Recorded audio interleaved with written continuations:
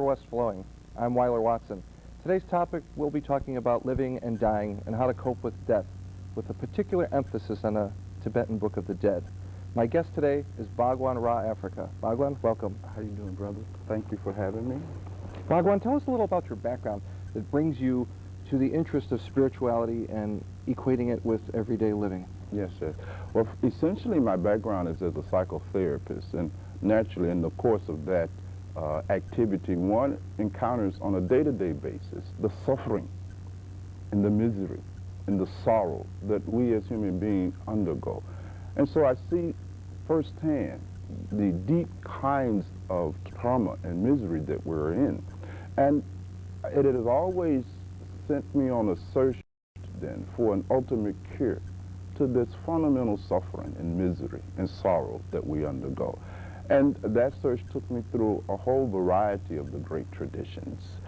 And in all of these great traditions, one of the things that began to emerge was that when we have repressed the awareness of death, it seems to always contribute to the formation of many of these complexes that we suffer from and come to therapy to get healed. So that essentially was the beginnings of my journey into the role that death plays in life. All right, let's start with death. As you pointed out, we have actually two options. We could either choose to ignore it, or we could choose to prepare it. And so much of the literature that deals with dying is often found inevitably in religious books. And in particular, you were naming some books earlier. Why don't you tell us about some of these books? Very few religions have them, but some do, literature about how to die. Yes, I think probably the oldest one, at least the oldest one that we can find any historical evidence of, is the Per Imheru, the Book of Coming Forth by Day, or what is commonly referred to as the Egyptian Book of the Dead. In these writings of these ancient African mystics and sages, we get some insight into the whole process of preparation that is associated with the act of dying and death in the afterlife as well. Unfortunately, Weiler, much of that instruction has been lost, and only fragments of the wisdom of the ancient African sages and mystics is now available to us.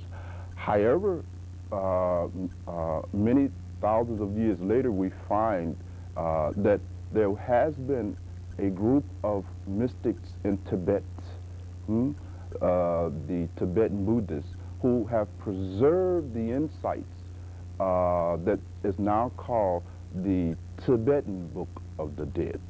I believe back in 1927, Evans Wines probably introduced to Western readers the first understanding and contact with these ancient set of instructions on death. But since that time, of course, with the collapse of Tibet and the ability of these lamas and monks to penetrate other parts of the world, we now have a much better understanding of what the contents of these books were. But it certainly in the Tibetan Book of Living and Dying, we are able to begin to get some very, very profound insights into this whole process called dying and death and how it relates to living. It is very interesting that the quality of our life is directly related to the depth of our insights into death. In fact, so much so that without a very profound grasp of death and dying, one cannot live fully and accurately. One's priorities in life are skewed. Death then, and the understanding of death, tends to focus life and put it into priority and make it meaningful. And as you can clearly observe in Western culture, one of the problems we are undergoing is the loss of meaning. Life is no longer meaningful, and we are desperately searching for meaning all over the place. Yet this kind of meaningfulness can only result from a deep contemplation, reflection, and understanding of one's death and dying. Let's use that as an endpoint then. Gautama Buddha, the historical founder of this religion, I don't even know if that's proper. It may be a misnomer because it's kind of a philosophy. He's one of the only founders of religion I can think of who ever purported to start a tradition but not really believe in a god in a sense as we know it. Buddhism has, of course, spread into four main schools. We have Theravada, Mahayana, Tantric, and Zen. And, of course, Tibetan Buddhism comes under the guise of two things, Mahayana and Tantric.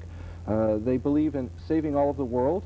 They also believe in esoteric practices, chants, mantras, conducts of body and speech. It gets into yoga systems. And this Tibetan Book of the Dead, which its actual title is the Tibetan Book of Living and Dying, it's a whole long title. When it came to the West, it was quite shocking that people would even try to tell one another, oh, there's an art to dying and this is how we do it. Let's go into the premise of Buddhism about really non-existence, the sunya, the void. The world's empty and we are, but we coexist in sort of a bivalent system. Why don't you pick it up from there? Well, of course, it's very difficult to condense the essence of Buddhism to the scope of this conversation, and you will indulge me if I take some liberties with presenting the profound teachings of the Buddha, who gave 84,000 different perspectives on this very issue. But I think that the essential thing in Buddhism is this, is that we all have a nature that they call the Buddha nature, a nature that is fundamentally wise, fundamentally enlightened, fundamentally non-suffering, and that the whole ideal behind Buddhism is to recover one's awareness of this state. It is not the case that one is coming into union with a state, because in Buddhism it is understood that one is at all time inherently existing in this state called Buddha nature. So then we've forgotten it, really. We're not looking for something. We're covered. We're covered. We have obscured our awareness. This obscuring and loss of recognition of what is already the case is what is meant by being involved in samsara, the world, what the Hindus call Maya. And so the whole ideal behind Buddhism, as well as many other schools, we must say, has been simply the transcending, the dropping of this illusion, the recovery of this awareness of what is already the case. What in some aspects of Buddhism is called Doshin. And Doshin is actually the understanding from which we get the teachings of Bhagan, actually. I was going to pick up there. Now, how does one who has forgotten their Buddha nature recover it? Is it innate in them? Can I find it in my own lifetime or several lifetimes? Do I need a master, or do we go to scriptures? What are some of the remedies? Well, in all of the teachings of the Buddha, with no exception, the Buddha pointed out that unless one come in contact with a master, with a guru, with a lama, there is no possibility of attaining this enlightenment. And Buddha wasn't the first to say that. The ancient African sage and mystic Ptahhotep says that no man is born wise, therefore the need for a teacher. Meaning to have been born means to have been already obscured. This awareness is already obscured by definition. And therefore, unless one encounter an enlightened being, then one will remain in this ignorance, this fundamental ignorance that does not enable one to experience one's true identity, which is the same as that of God. Is this an argument for evolution of humanity? Because it sounds like we always have pictures of ourselves as Stone Age beings who evolved gradually, and it sounds like we've reached a certain plateau that we can't get beyond without the help of these supernatural or super spiritual beings. Is that what you're trying to say, that we have to have someone who has either experienced enlightenment themselves or comes from somewhere else to help us? Is that correct? I think in a sense that is a pretty good summation. Certainly evolution will take us only so far. There is a kind of evolution that can only result from something much more deeper than the ordinary concept of evolution. And that is what the role of the guru, the master, the lama, the roshi, the spiritual friend or guide, or etc. It is to interrupt this misidentification process that is going on in our consciousness. There is a kind of optical illusion that is occurring in consciousness called ego. And the whole problem, therefore, is how to transcend and see through this ego. And for that, a force from the outside, much like in physics, an object at rest will remain at rest unless acted upon by an outside force. Therefore, there has to be an outside force, outside consciousness that impacts upon us and break this spell of Maya that we are all fast asleep in. You see? Mm-hmm. And so that becomes the necessary criteria. Not only in Buddhism, but in many of the great traditions. Ultimately, you will find that you can read scriptures, and you can read scriptures to the end of time. Now, you will gain a lot of information, yes, but there's a distinction between information and transformation. Please make a note of that. And one can enter into all kinds of other pseudo-spiritual activities, but one will not become a Buddha as a result of that. Only a Buddha can make another Buddha. Would you say then this is an argument for mystical experiences, that perhaps part of the indication we're looking for in self-growth is we've had an experience, some sort of mystical experience that would mark this transformation you speak of? Would you agree with that? Of course, absolutely. One has to have that breakthrough.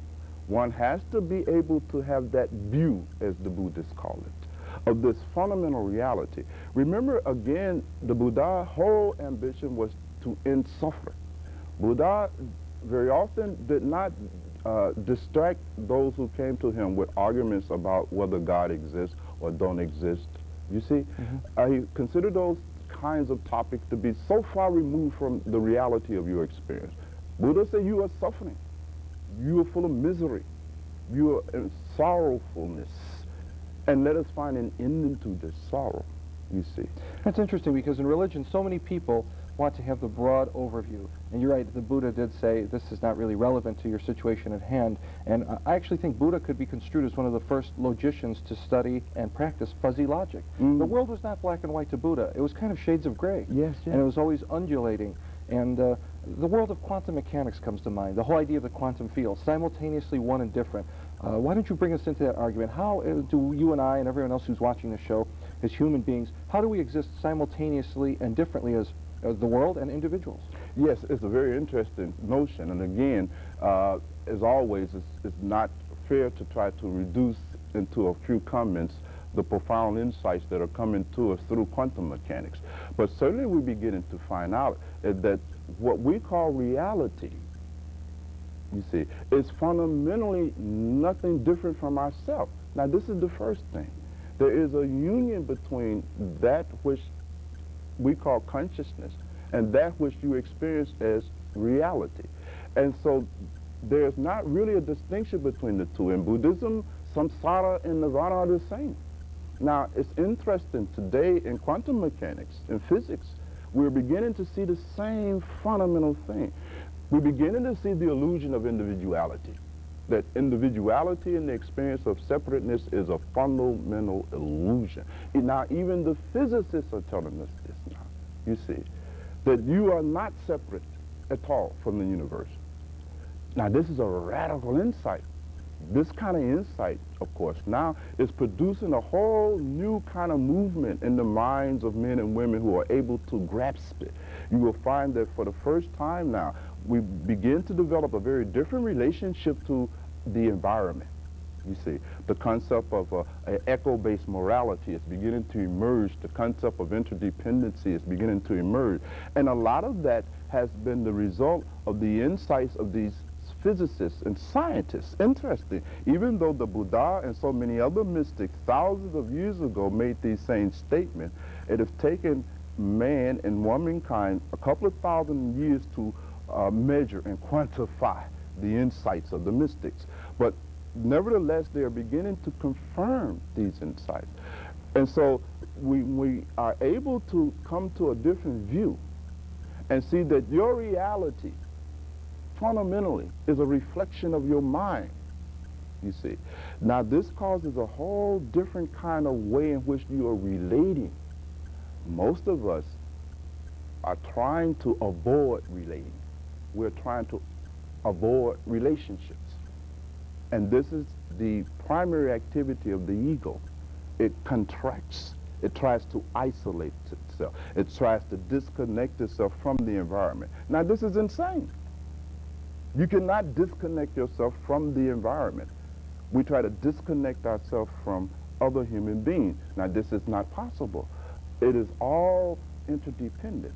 And this activity of contracting and trying to disconnect oneself from the rest of one's experience of reality is the foundation and the core of the suffering that we're experiencing on a personal basis.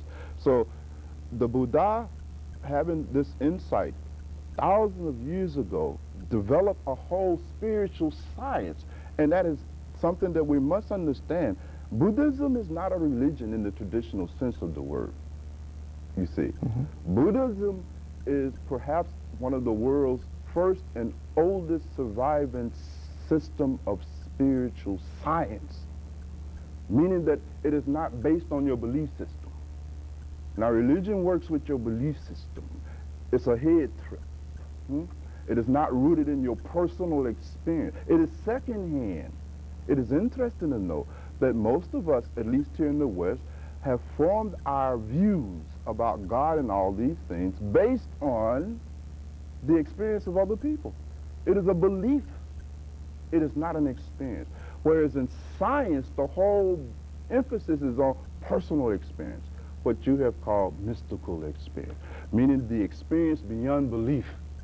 There must be an experience that transcends your belief system. Question then, with this comparison of Buddhism and modern science, they are very much in agreement with one another. We find that quantum mechanics and Buddhists are actually great friends these days. Yes. The question is, are they reactionary or are they proactive? Are they in reaction to the established religions, or are they proactive in that the universe has sent a self-correcting mechanism? Which do you think they are? I think it's both. Certainly, the origin of Buddhism was a reaction to the Brahmanism that was prevalent in India. You, of course, must be aware of the fact that at the time of the Buddha, that the Vedas and the practices of the Vedas were prevalent. The Brahmins and the caste system and all of that horror that goes with that kind of thing. And Buddha, as well as many of the other tantric schools, Buddhism itself harnessed a lot of the insights of the tantric systems that was already existing. And so Buddhism was also a reaction to the Brahmanism that existed in India. It was also proactive too at the same time. But you find that there's a dialectic that goes here. It is never the case either or. Again, that is an illusion. Either or thinking is born of the failure to perceive the interdependence of all things. So this is a dialectical process. So people who feel that it's either or more likely are feeling alienated or isolated, not part of it. Sure. This is the very thing you're talking about. Now, the question is, even at the moment of death, I can't think of another moment where someone would feel more alienated or lonely. What would you tell a person who's faced, say, with a terminal illness or who is inevitably going to die very shortly? Someone watching this show may be dying, or they may know someone who's dying. What would you tell them to do in order to tear down this feeling of alienation? Well, the best thing that I could tell them is to go and get them a copy of the Tibetan Book of the Dead and try to understand something about the process they're about to enter into. Very often, it is our fear and ignorance of what actually is involved in the process of dying that makes dying even more painful than it need be. Certainly, the only preparation that we can really make for our death and dying has to be made while we're alive. I must tell you that it is very, very unlikely that a person who has avoided this topic and avoided investigating it and avoided contemplating these things that we're talking about on their deathbed is going to be able to suddenly understand them. It's an activity that you have to go through. However, if one is not in this bardo of dying now, and it already has started, then one really needs to try to examine a lot of the things that they will find in these books on death and dying. The Per Heru, the Book of Coming Forth by Day, the Egyptian Book of the Dead, and the Bardo Torgo, the teaching. All right, so for a premise then, if we're going to use a building block, a starting point, you would agree then, that as a person lives, so they will die. You would agree with that? Also, would you agree with the idea that thought forms are very real, that thoughts start in our deepest insides, become manifested reality? Would you agree then that this aggregate of thinking, feeling, and willing actually culminates and manifests at the moment of death? And absolutely. In fact, what happens at the moment of death is the dissolution of the ego. It's a very interesting thing. When we enter into the process of dying, what is actually happening, Weiler, is that this whole complex that has made up our sense of who we are, the ego complex, begins to dissolve from the outside inside, meaning starting first with the physical body itself, which constitutes the core and the foundation of our feelings of who we are. Most of us are very identified with this physical body. Now you can imagine the shock of losing your physical body. I dread it in myself. the sense you dread it. We all do. I mean, think about it. We dread the thought of losing a job or losing a relationship. At the time of death, you're about to lose your whole world, your whole existence. This in itself is terrifying. Would you say the fear of annihilation is a natural human fear? Sure, it's a natural human fear for those human beings who are still identified with their egos. It is not a fear for those who have transcended that. That is the whole purpose of spiritual practice. Spiritual practice has as its aim and objective to prepare you for this transition. The mystics tell us that when we look at the overall reality of our experience, we will be able to divide it into these compartments, you see, of living, dying in death, after death, and rebirth, these processes. These are the bardos, and that these are the experience that will constitute all our reality. And that in this bardo of living, the whole ideal is to prepare oneself, because this will come to an end. One of the things that these mystics continuously try to remind us is that this will come to an end. You will die. Now we try to repress this awareness. We try to cover it up. We obscure this reality. And we try to therefore engage in all kinds of other activities to somehow find some kind of gratification of the fundamental fear that lurks deep down inside us of this inevitability. I have a question about the inevitability of death. It's one of the few things that we can be sure of, but you realize none of us know how or when we are going to die. So to what extent does that play a role? For example, if I knew I was going to die at a firing squad tomorrow, I'd be privileged because I'd know my moment of death. That's really quite a relief to some people. How much does that not knowing and how you're going to die play into repressing this? Actually, the question that you've asked now is really the core of the whole thing. The insight into this gives us insight into how we actually live. You're absolutely right. Most of us, we know we're going to die, but we don't know when. Now, it is out of this uncertainty that we are living. Because we don't know when we're going to die, we tend to postpone preparing ourselves because we don't know when. We're uncertain, you see. And that uncertainty of the moment of our death, you see, now becomes the foundation that shapes how we actually live. Now, I don't know when I'm going to die, so I can do this here. You see? I might not die for another 50 years. So I start making assumptions about life. Assumptions about life and what I will do with my time. And it's based on this uncertainty. Now, there are many of us, depending on the degree to which we repress death, that is measured in terms of how far you pushed it off in your mind. Now we're sitting here today, and each of us have an ideal, a kind of intuitive feeling and hope for when we will die. And each of us has probably have said, well, I think probably I got another 50 years to go. And then I start lining up the things and activities of my life based on this assumption that I have another 50 years, which is, of course, I'm able to make because of the uncertainty principle of death. But isn't all the world uncertain? Buddhism has as a premise that the very universe we live in is uncertain, and then it is certain. It kind of modulates in and out. How do we cope with that? Should we live each day as though it were the last? It's an interesting story that comes to us from the Buddha. The story is that Buddha once asked some of the monks and nuns who were assembled and who had attended his satsangs, his lecture, what was the length of a human life? He had given some of the teachings, you see, on death and dying, and he was checking back with the students to see how much they had comprehended. And so he asked one of the monks, he said, my son, he says, what is the length of human life? And the man said, oh, 70, 80 years. And I'm rushing through the story because we don't have a lot of time. But I think it'll make the point. And he said, no, my brother, you did not understand what I was teaching you. Please have a seat. Then he asked another monk and said, what is the length of a human life? And he said, well, human life is so fragile. It could be here today and gone tomorrow. So tomorrow is the outermost limit that a person can really assume when it comes to dying. And Buddha said, you've understood a little bit more, but not quite enough. Please have a seat. He asked the third monk. He said, what is the length of a man's life? And the man thought, he said, he had observed life, and he could see in many instances where people are sitting down eating a meal, and in the next few minutes they're dead. So he said, well, the length of a life is no more than the time it takes to eat a meal. And Buddha said, you're coming very close, but you're missing it. Please have a seat. And then he asked one of the nuns, he said, sister, he says, what is the length of a human life? And the nun's response was beautiful.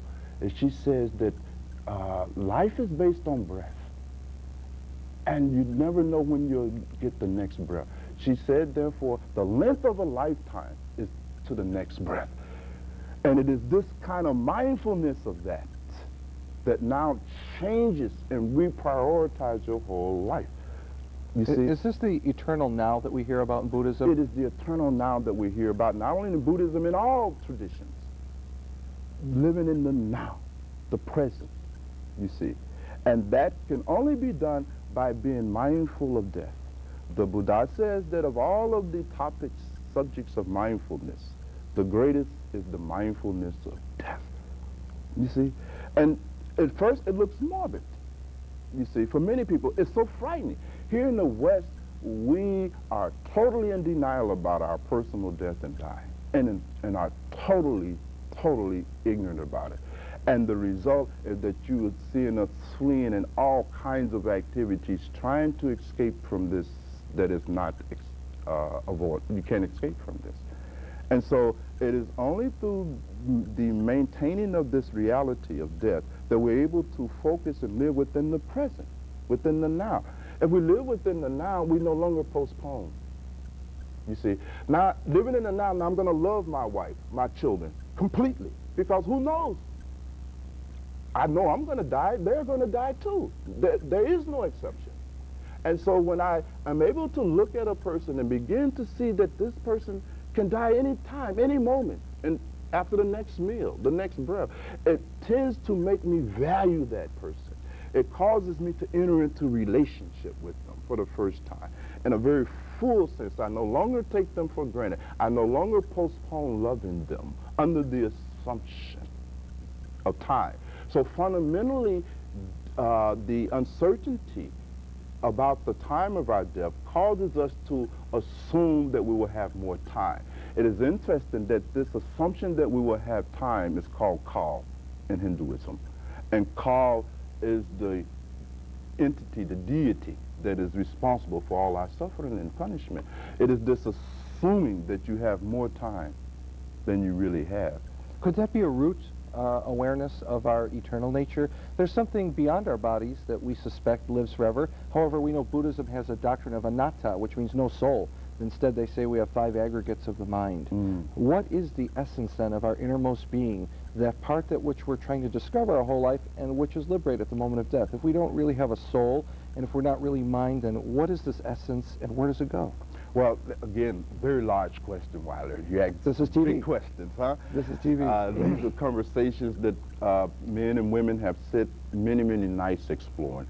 But to try to give some initial response to your question, let me simply say this. You're absolutely right. All of us have an intuition of a reality about ourselves that transcends our ego, our body, and all of the other components that make up our sense of identity. We have a sense that we are much more than all of this. We have a sense that we are something that fundamentally exists beyond time, that does not die at all. So we do have a kind of very deep sense of this, but we have obscured this sense, this intuition.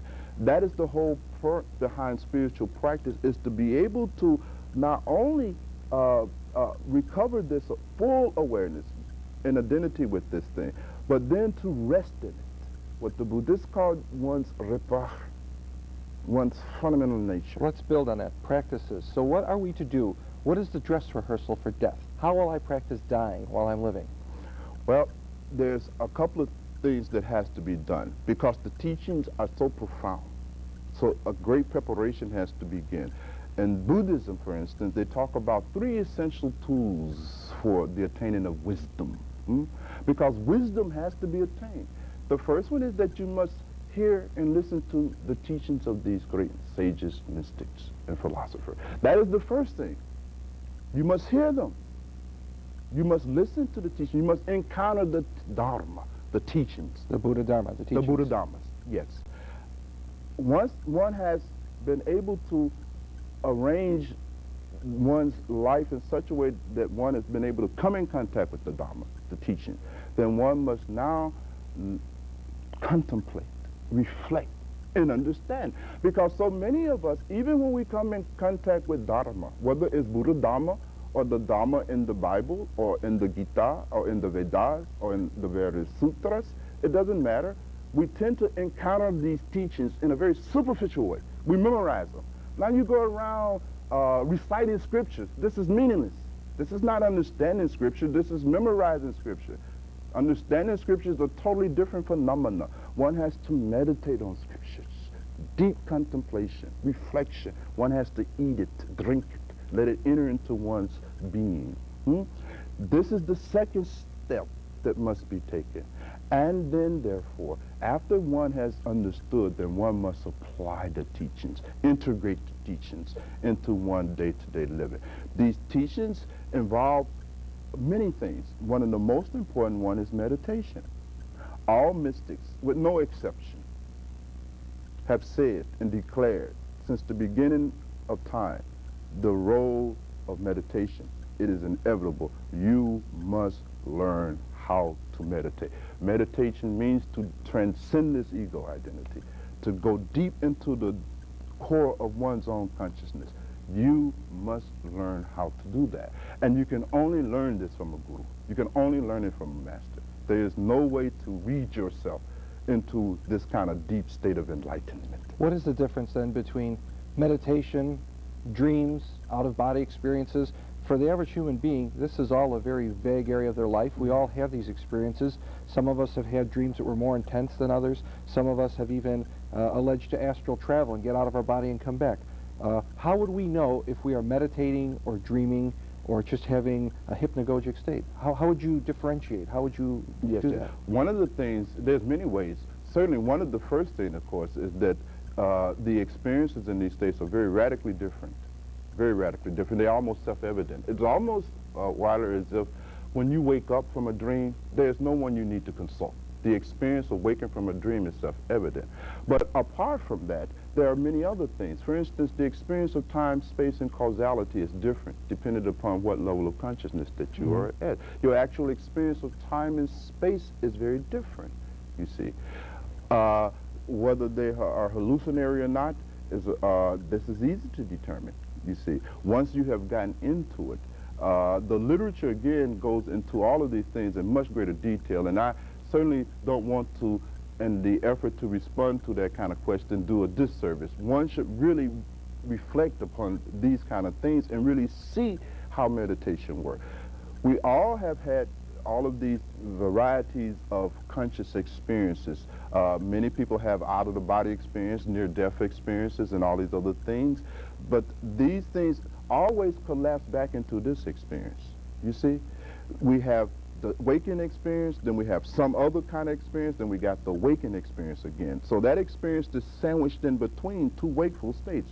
You follow me? Yeah, that's interesting because no matter what dreams you have, you always come back to here. So you really haven't gone anywhere. You're simply experiencing these from here. The mystical awakening is very different. Now your wakeful states are sandwiched in between the fourth state, the Turiya. You begin to experience your wakeful state like a dream. The mystics say that when you have really penetrated into the depths of one being, the one thing you will begin to experience is that this whole wakeful experience, this whole world becomes very dreamlike, because it now becomes sandwiched between two higher experiences. You will fall into wakefulness and wake up out of wakefulness back to a state of mind that you were in before you had fallen into wakefulness.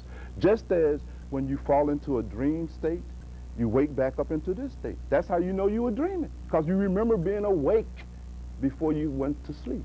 When we're dying, do we fall back into a state of eternal life, using an analogy? Okay. Absolutely. And that is and so dying is a great opportunity, you see.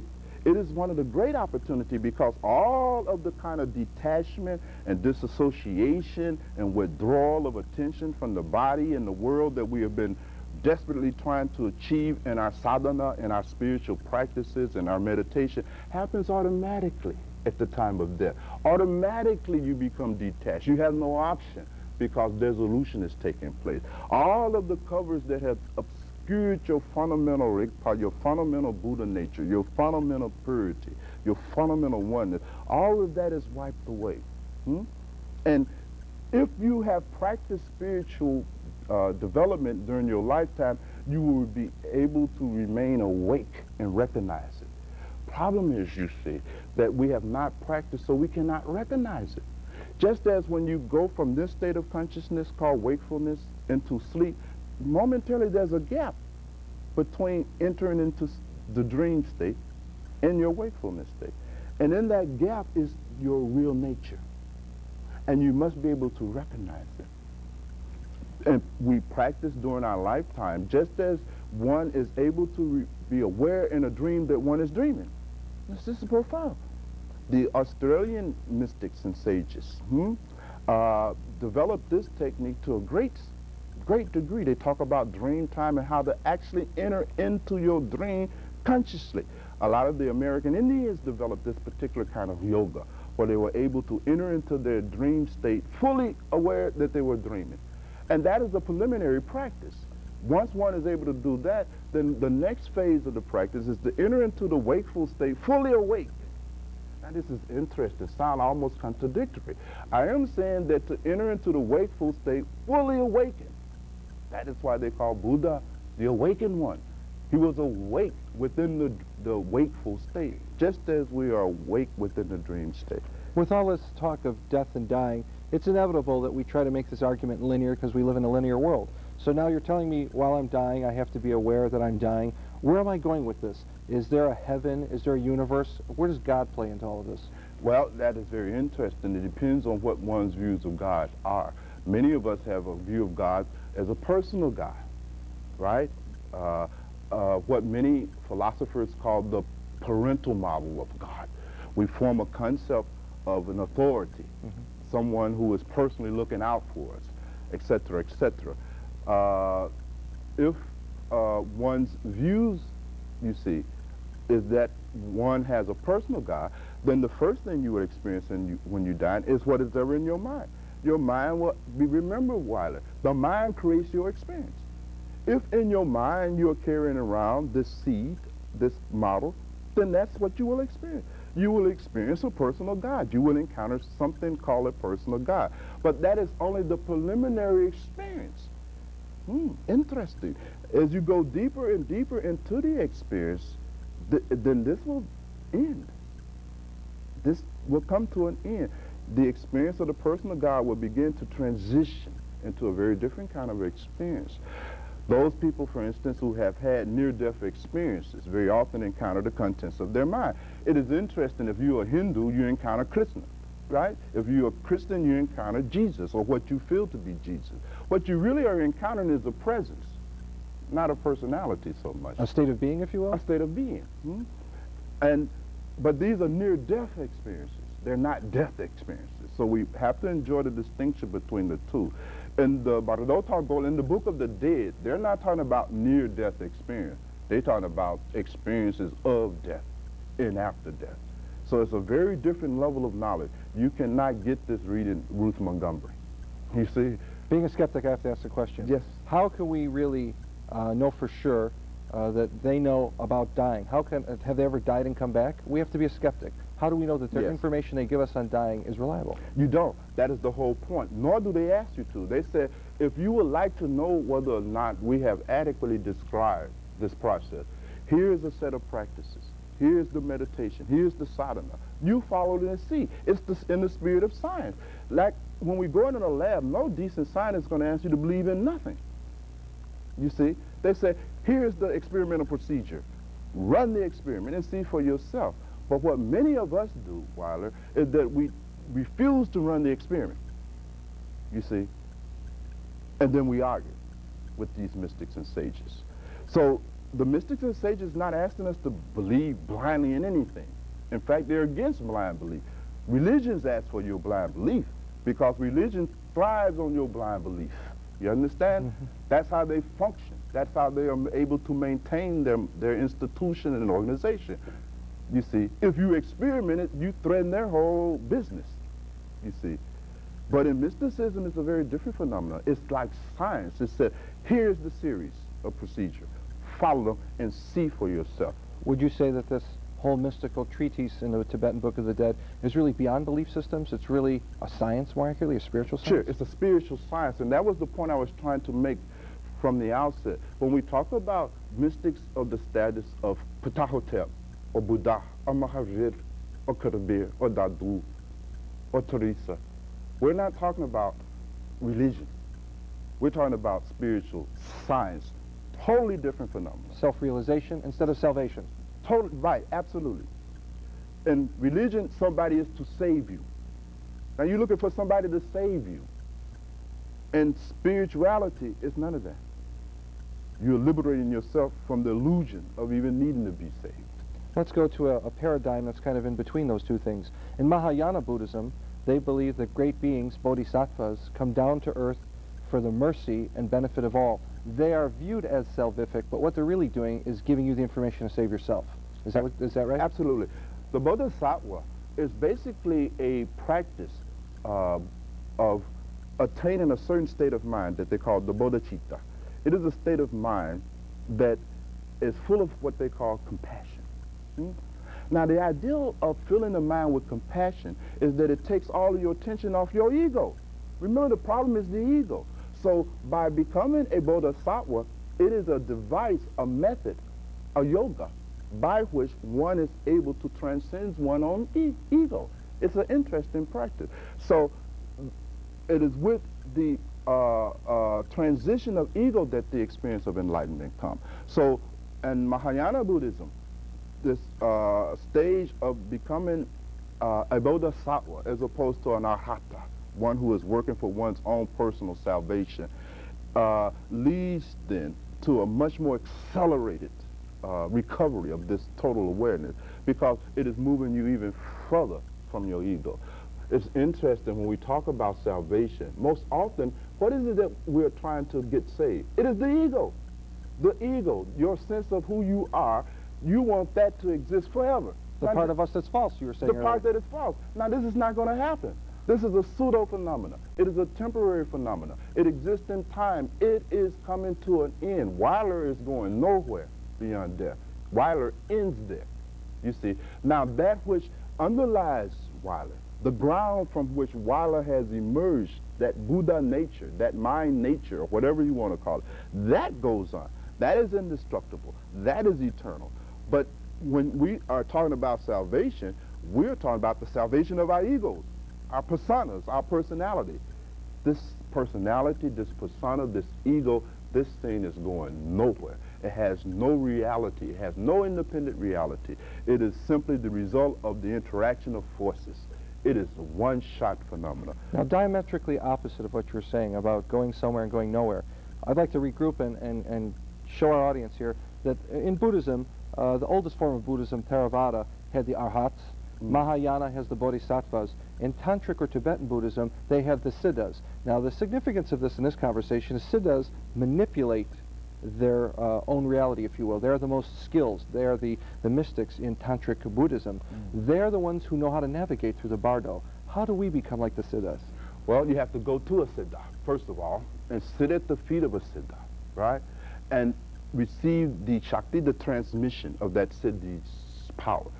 You see, there's no way to read about the Siddhis. Please make a note of that. Now, but in Tantra Yoga, essentially what are we doing? In Tantra Yoga, we are transforming energies. We're transforming these fundamental energies, particularly the energy of sex. This is a very powerful energy.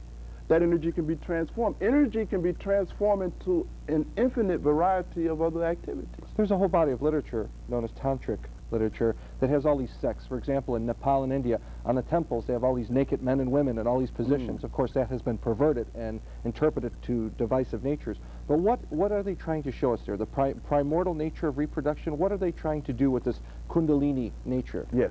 What they're trying to really remind us, because a lot of the mystics put their teaching in architecture. That's a very interesting thing. Many of us are looking for books, for the records of the ancient teachings.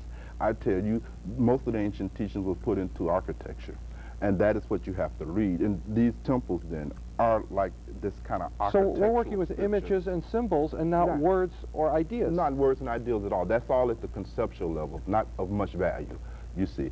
But now the ideal is this, is that energy, in all its forms, when we talk about Kundalini energy, we're talking about all kinds of energy. We're talking about the energy that becomes anger, the energy that becomes love, the energy that becomes compassion. All of these energies can be transformed to each other. They are polarities. They're not separate. Is anger and violence lateral expressions of people who are not fulfilled spiritually? But of course, anger is one of the poisons in the mind.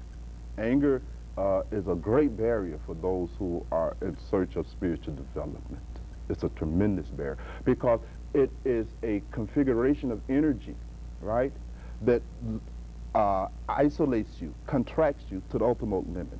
When one is in a state of anger, one is in a state of full contraction, so much so that you're ready to kill somebody now. They've closed off, they're not receptive. They're not relating, they closed off, they have maximized the degree of isolation available in human And now they're a projection machine, right? Right. They're not receiving, they're only projecting. That's right. And it has nothing to do with reality. It has nothing to do with reality, and in fact, they have cut themselves off. When you notice yourself under the influence of anger, you recoil from relationship. You pull out, you pull back. You cease to demonstrate love. You cease to relate. So in Tantra Yoga, you learn how to transform this anger energy into its opposite. And that's what Tantra is about. You learn how to transform the energies of sex into the energies of enlightenment, you see. So Tantra is a very profound teaching. There's not many Tantra masters left anymore. Tantra Yoga is such a rare phenomenon. Siddha Yoga is a very rare thing. And so it's very hard to find a teacher. Let's look at the end point now. Now that if I am blessed in my lifetime to come across the Master and receive this, internalize it, even practice through meditation, where do we go?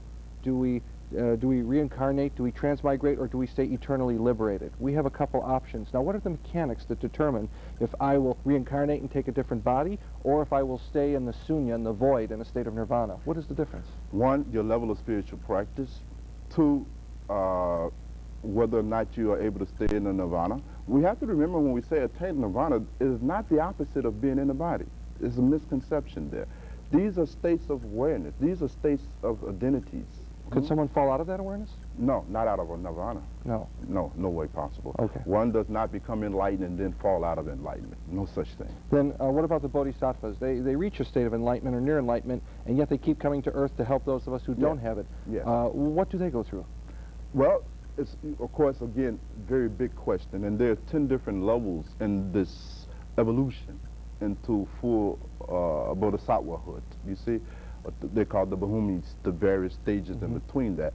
But essentially it's this, that at the end of this spiritual experience, there's the fundamental experience of one's unity with everything, oneness. That is the end result. And so it's not like you go anywhere. Time is very different. Space is very different. All of this drops out. These are, again, concepts, because as you have said, we can only try to understand these things linearly. You can't understand this linearly. We will have to look at these things with the same mind that we look at quantum mechanics with. Exactly the same mind, you see. Now, this oneness that pervades all things, is this what we would call the quantum field and quantum mechanics, that, Yes. the space between the cracks, the space between the atoms. cracks. That's Is that right. what we really are, That's what the we're part field. of? That's, in fact, one of the ironies is that man and woman actually think they're separate from nature. That I know that some they women who actually- think men are not people, and I know some men who think women are not part of the Right. human race. Now this is something. We are a part of everything that the physicists are talking about. You are not separate from that. Tat twam asi, as the Hindus say. Thou art that. But you have not become aware of it. And it's because you are unaware of this identity that you suffer. So there is no going nowhere. There's nowhere to go. Where will you go? Just out of my body so far, that's all You I see- know. I know I'm dying, and I know I'm going out of my body into what? Where I came from, I presume. You're already in that. So it's a loop, really. So It's a it's an loop. illusion. You can never be anywhere else. Weiler is like, there is no such thing as there ever been a time when you were separated from this oneness. That's not possible. To be separated from the oneness means that you don't exist at all. And that's not possible. You're telling me, right, it's impossible for an existent being to ever have not existed. Right. And it's fallacious, too. And It's fallacious. What we're talking about is a process in recognition and awareness. So you're going nowhere. Heaven, hell, all of the regions, all the levels is here now, in this very moment. All exists now. There is none of this illusion. So anything that would happen later would be a delay of this process. If I die and I think I'm experiencing heaven or hell, it's because I failed to cope with heaven and hell in my life in the now. Absolutely. Absolutely. And you asked earlier about the person that is dying. The most important thing when one enters into the process of dying is the way one thinks, one's quality of thoughts, one's mind. Very important, because it is this kind of state of mind that will shape your next experience in the bardo. Would you propose quality over quantity? Would it be good or better to have a few good thoughts rather than have a bunch of shallow thoughts? Probably best to have no thoughts, but probably in preparation for dying. In preparation for dying. Well, the thoughts in dying should be ones of detachment. One should definitely try to get detached, because when we die, we experience the pains of our attachment at least sevenfold. All of the things that you've been attached to and the pain you experience when you're separated from them, that whole painful experience increases while you die. The best way to prepare oneself is to get rid of everything. Is this the detachment that we're striving for? Would that be analogous to acceptance in psychology? Is it ultimately we have to accept what we've done? Sure. Ultimately, we have to accept what we've done. Ultimately, we have to surrender this will of the ego. You see, this refusal, you see, to relate. To exist is to be in relationship. And one's constant effort inside one's mind to avoid relationship is the foundation. One's grasping, trying to hold on to that which is fundamentally impermanent, changing, in flux, is the foundation of so much suffering. So when we're in a state of dying, then our pain and suffering is increased to the degree that we're still grasping and clinging. So the best preparation to get into mentally, as one is entering into death, if one is that fortunate to have a slow death, because many of us, we don't know. You may get wiped out in a stray bullet, a Mack truck on the expressway. You have no time to prepare yourself, you see? But if you are having a kind of death that is going to be a little lingering, that builds to the finale, right? That when you enter into that, try to divest yourself of everything, materially, give away stuff, right? So that you are clearing the space of the mind, so that it won't be so much clinging. Because this is what makes dying very difficult. Now you're leaving your family. I'm leaving my children. I'll never see them again. My wife, my shoes, my books, my cars, my money, my this, my that.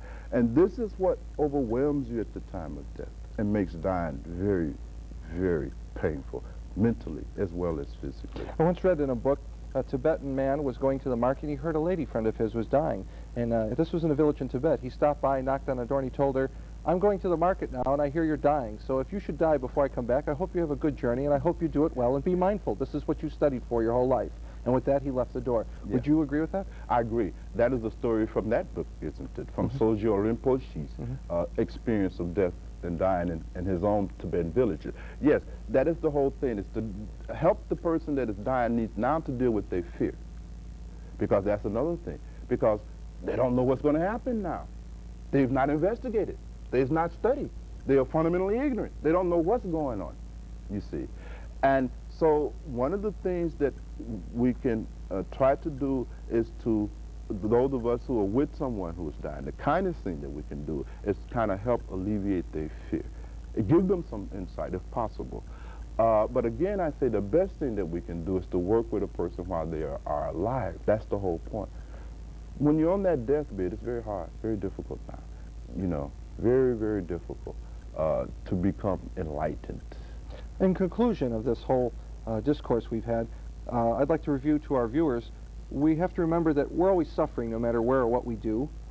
There's remedies for this according to different worldviews. We call them religions. One of the remedies is to, of course, learn from someone who has experienced enlightenment, and then, of course, divest all of these things and prepare for death and do it consciously. This is the key word I've got out of this conversation, is you have to die consciously, with direction, knowing where you're going. It won't be revealed to you on the other side. It's much better to learn now, right? Yeah. And you would also say that if nothing else, people should start actively thinking about death each and every moment. They should live each life, in each moment of life, as though they were going to die the next moment. Yeah. And you think that will send them where they need to be? I think that not only will send them where they need to be, but it will change where they are at now, in this very lifetime. It will bring meaningfulness back to this life. It will reprioritize this life. At the top of our discussion, I said that we can just make a casual observation and see the problem in our culture is that our lives have lost all meaning. People don't know how to make their life meaningful no more. They're trying to make meaning out of getting more money. They're trying to make money out of bigger houses, this, that. That whole approach is underneath that is an effort to make their life meaningful. That cannot make your life meaningful. So the take-home message here is find meaning in a meaningless life. Right, and the way to do that is to understand the fact that you will die. Bhagwan, thank you for being with us. You're so welcome. We're out of time here on River West Flowing. I hope wherever you go and wherever the river of life takes you, please think about these things. For River West Flowing, I'm Weiler Watson. Goodbye.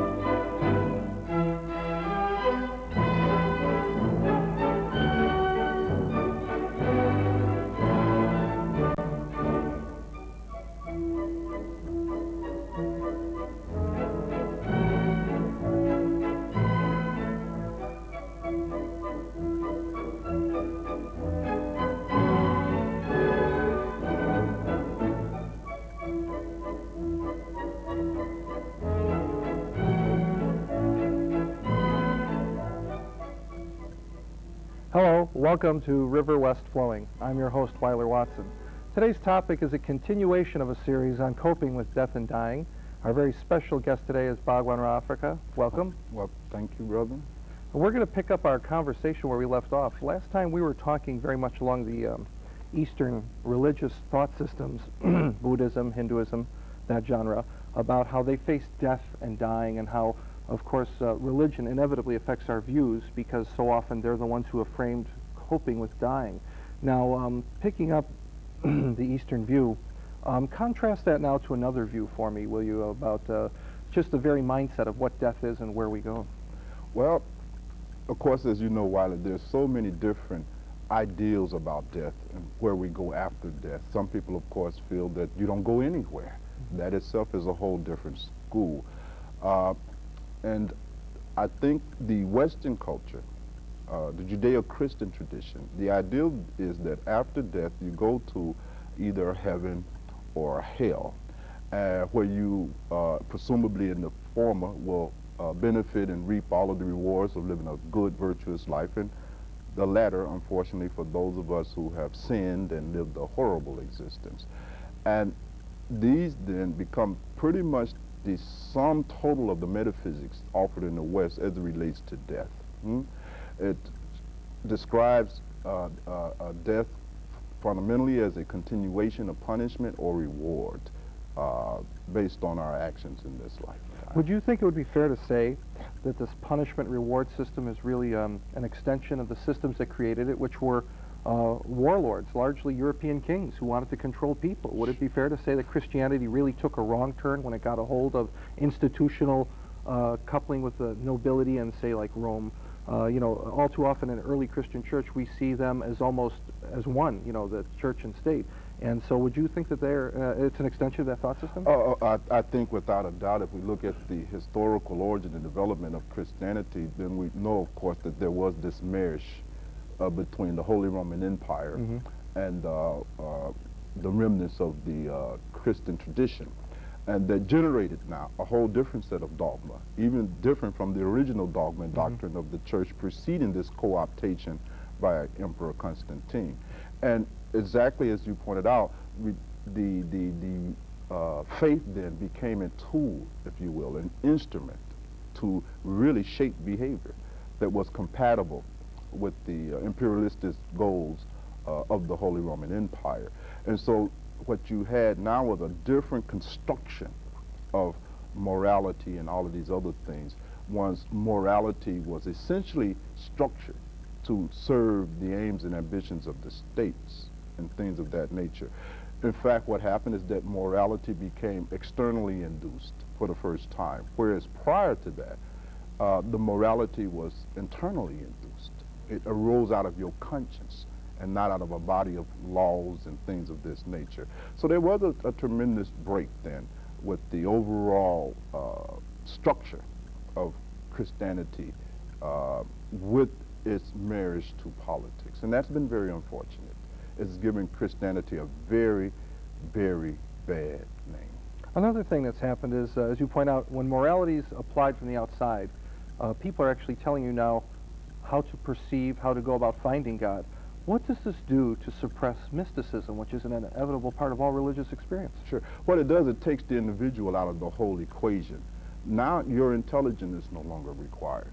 Your own search is no longer required. What you are to simply do is to follow a set of rules that will generate and you're going to a heaven after death, incidentally. And this is one of the unique turning points in the history of religion in the West. Prior to that, it was understood that you followed the path and you're able to validate it in this lifetime. You see, it was not otherworldly in that sense. It was very this worldly. By following the teachings of Jesus, one was supposed to be able to validate that here now. The kingdom of God is here now. But what happens, obviously, after its co-optation by the Holy Roman Empire, the kingdom now was in the future, and it wasn't here. And it's coming at the end of some unknown time, you see? So all of that was reversed. And so what happened essentially, that people who came to the church was not required to think. In fact, you were punished for thinking, you see. You were simply to obey, and blindly at that. And to not do that was to be in conflict with the church, to be a sinner, etc., etc. So what happened is then is that the authority of the church now replaced your own moral direction that should have been a byproduct of your own intelligent search and research of the teaching. So that voice inside was now a voice outside telling you what to do. Yeah, the voice inside became a voice outside, institutionalized, and so forth and so on. All right, now jumping across to Asia now, we're going to take a few shots at them. A lot of critics could equally say the same thing about the Hindu caste system. For those who don't know, the caste system in India is a classification of people, also known as Varnashram Dharma, where they have Sudras at the bottom, Vaishyas, Kshatriyas, Brahmins. Those are the four classifications of people. Now there, the Hindu mindset simply said, fulfill your duty, and next life you'll move up the ladder. So there at least there was a little more longer vision, of course built and predicated on transmigration. But to some degree, how did that subjugate people, and how do you think that affected their religious views? Again, it was very interesting, the kind of practice that came out of the Vedas, that became the foundation that shaped the whole Hindu ideology. Again, you have to remember the architects of this caste system, again, co-opted the indigenous spiritual points of view in India that was held by these so-called sutras, which later, of course, we see in the form of the Upanishads, which was a later annexed to the Veda. And what it really did, it was a way to justify conquest.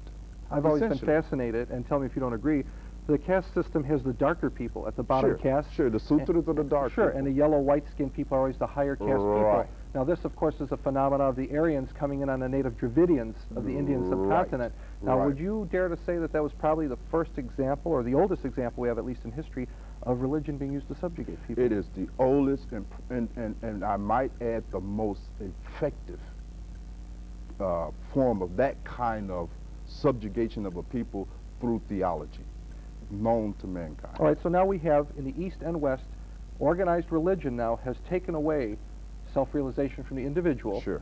And of course now they say they're going to guide us and tell us what to do, and of course heretics abound on all sides. So now today in the modern 20th century we have people who come from some religion, and somewhere there's poison in almost every religious thought because of the ego involved.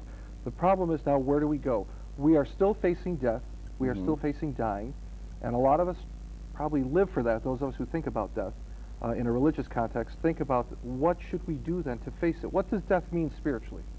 Well, backing up a little bit to your question, because it's a profound question, as all your questions always are.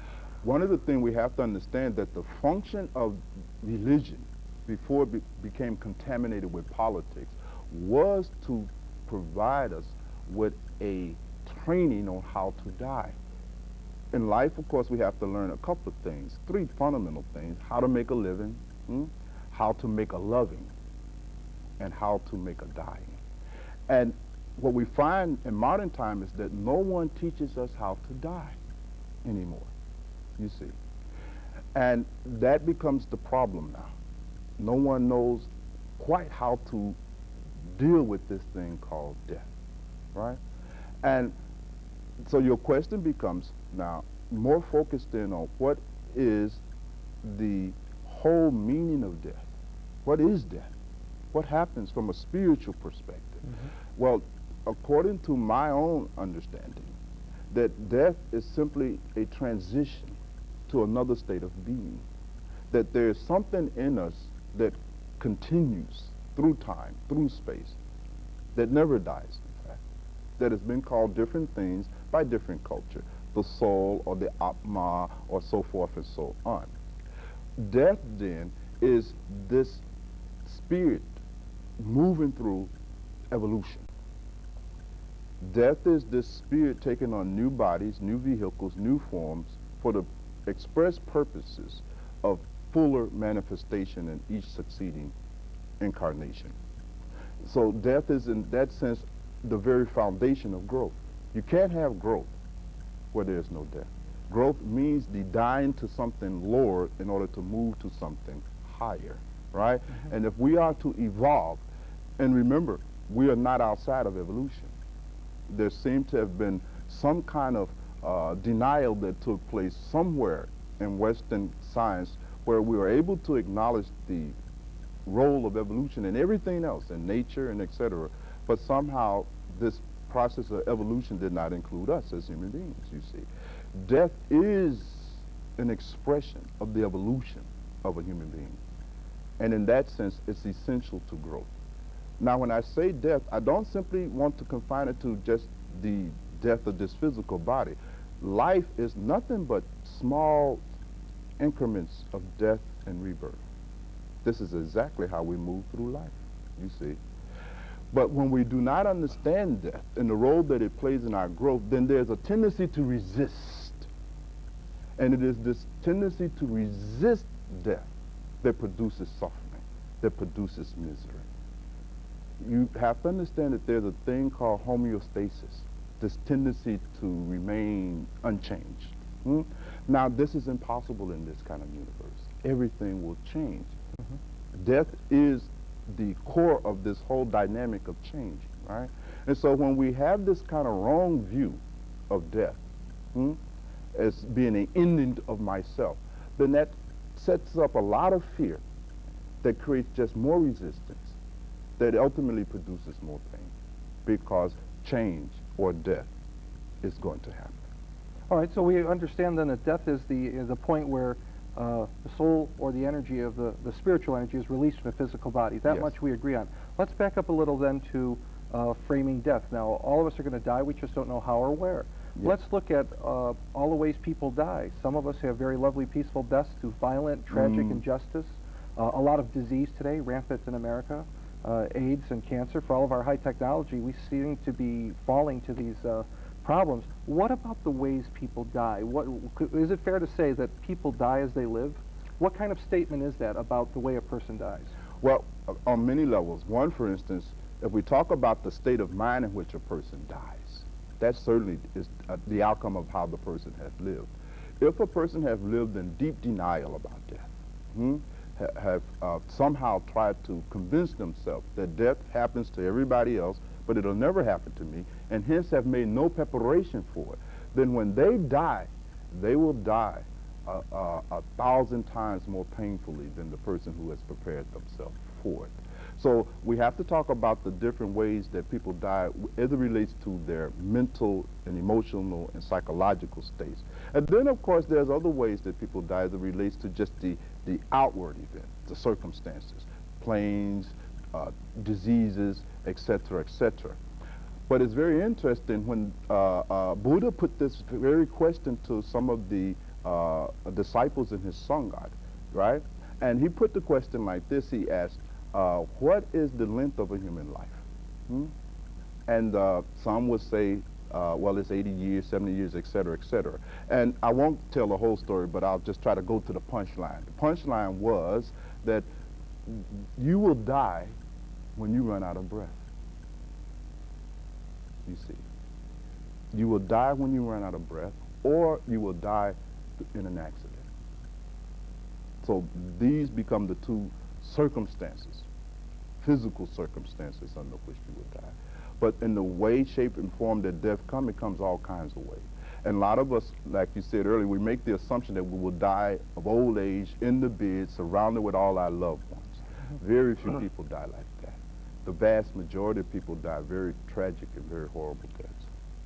You see? All right, so back to what the Buddha was saying, each breath, you live actually breath by breath, minute by minute. That's right. And I think refocusing what the Buddha said, life should be viewed as minute to minute, not just 20 or 30 years, one of these days I'll turn enlightenment. You should start now and try to make each moment. Now that goes back to a time perception thing.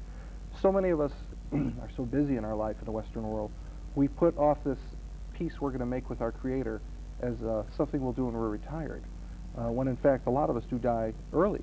So what would you advise someone who's very young, who's very restless, who doesn't know where to begin to search for spiritual life? What would be a good starting point for coping with death and your ultimate purpose for being?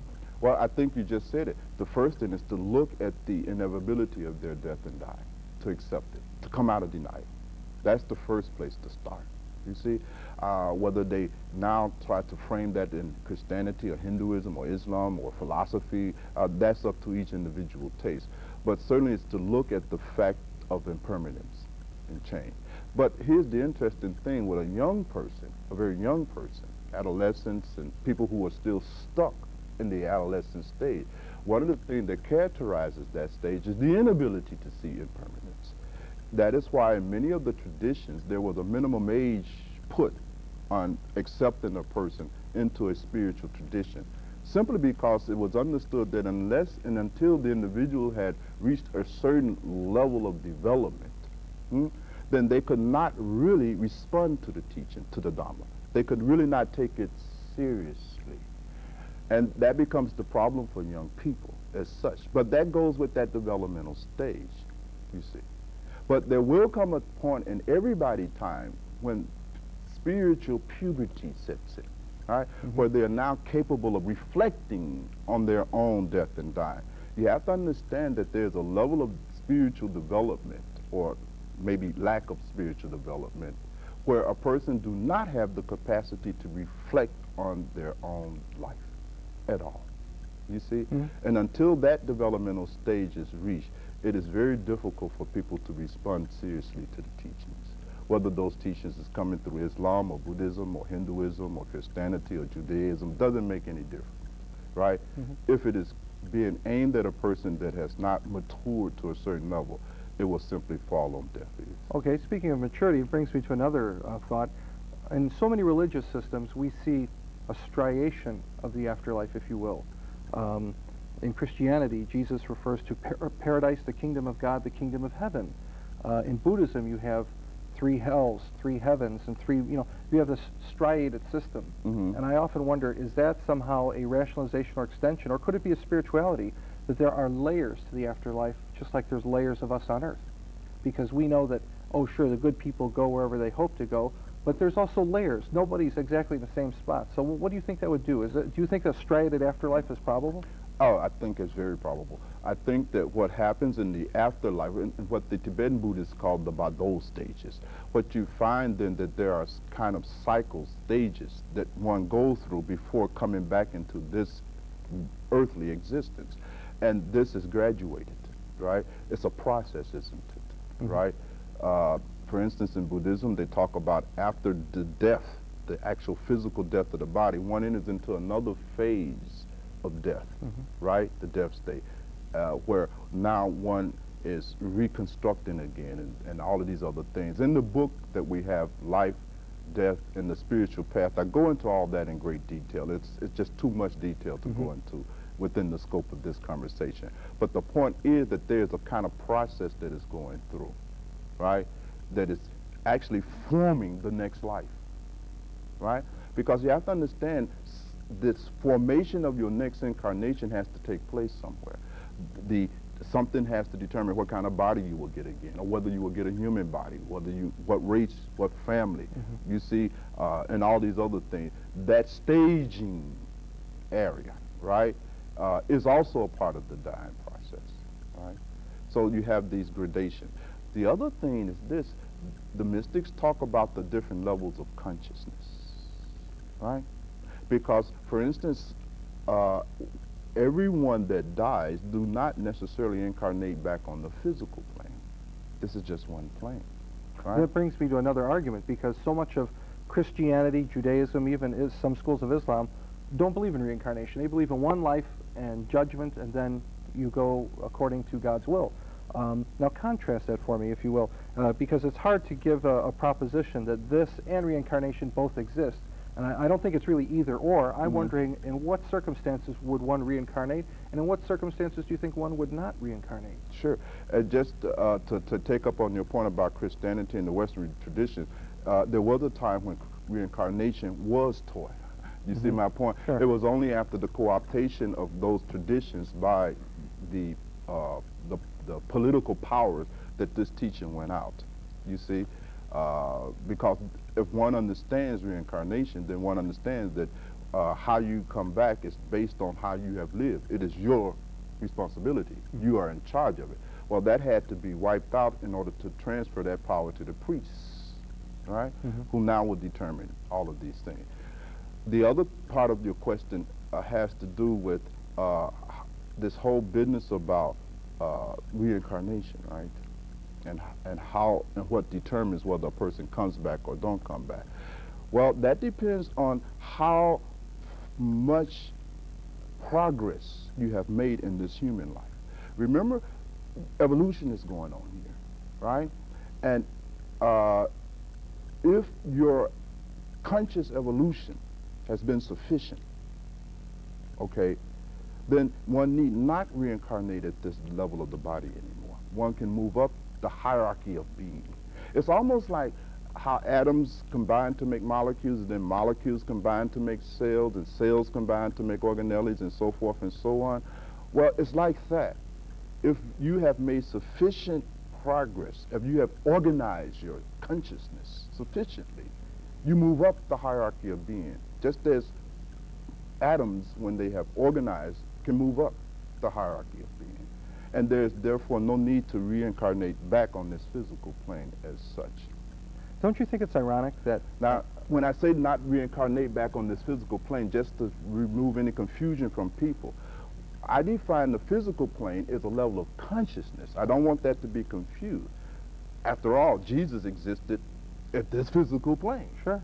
But he was not of this physical plane, not of this world. The same can be made for Buddha or Mahavira or any of these enlightened beings. So the physical plane is a level of consciousness, right? That locks you into only the physical experience of universe. Universe has more than just physical events going on. What I wanted to touch on was, isn't it ironic that some of the most enlightened beings are those who can consciously come back? For example, one of the symptoms of a bodhisattva is he could come back and consciously take his birth in a particular place and time. Also, in some schools of Christianity, for example, in Swedenborgian Christianity, he argues that angels are people who have died and have elevated up to a higher plane, and they can come back to earth. Perhaps that's why angels have this human appearance. The root word of the word angel is agelos, which means he who brings a message from God. It doesn't say anything about wings or a halo. Right. Anyone could be an angel. Right. So what I'm getting at is, in both cases, the angel or the bodhisattva, they can leave this plane at will. They've done it. But they consciously choose to come back for the mercy and teaching of others. That's kind of interesting. Now, this would point to why more people aren't liberated, because how many people, and at what extent do you think that these people keep coming back into the material world to elevate it and lift up the consciousness? I think this goes on continuously. At all times in this world, there have always been those beings who have attained a higher consciousness being here with us in order to contribute to our own evolution. Okay, now we're stopping there. Let's look at something else. One of the questions I've always had since childhood, and I think everyone else does, is the number of people on Earth have increased substantially. The population of the world is great. So what does that do? Create a void in the spirit world? Why are so many souls here and now on this plane? Yes, yes, yes. Does it create a void somewhere else, or what kind of dynamics? Do you think that there's a constant number of souls, or do you think that it grows exponentially with creation? Well, we're looking at the human population, right? Now, as we see an increase in the human population, we're seeing decreases in other species. Are you Oh, for sure, yeah, the rainforest now, and all, sure. That's right. But these other species are moving up the hierarchy of being. They're coming into human bodies. You see? It's not that there's a depletion of spirits at these other levels. So they've really transformed, is what you're saying. Right. They're taking on different bodies. Right. They're moving up the hierarchy, right? And coming into the human form. The evolution is going on. Then it would be safe to say that once upon a time we all started out as very simple life forms, if you will. There was a time when you and I were an amoeba or an ant, and we've worked our way up to where we are. Sure. That's the whole proposition. That is the whole thrust of the perennial philosophy, is that God has evoluted, right, into matter, and this whole drama we're witnessing is the evolution of that spirit. Okay, now, one of the classic arguments in religion is this idea of creation versus evolution. We all know that fundamental Christianity said Genesis is God's word and mankind was created 6,000 years ago. Of course, empirical science refutes that. People like George Lavelle, who started digging up in the 1700s, found dinosaur bones and said, hey, wait a minute, what's going on? Also, on the other side, we have certain groups of people in Hinduism who also maintain that the world was created at once by God and that it's just much older than we think, the whole Yuga system. But we overlay that with what we know about empirical evidence. We see in the geological record, for example, in the archaeological record, that there were many peoples and civilizations before us. So the question becomes, is literature right that God just created, or do you think that as a literature tool, they just say, this is when God recreated the world, that maybe we've gone through a series of births and deaths and our history only picks up when we all came together again as a conscious group? What do you think? Well, it's very hard to make sense out of a lot of these claims. Certainly, we know that this physical universe did not come into being 4,000 years ago. Right. I don't think any intelligent person holds that point of view anymore. I think that a lot of the things that are being interpreted literally have been meant to be taken figuratively as metaphors. Sure, like the you world was see. created in 7 days. Yes. Maybe 7 periods of time. Yes.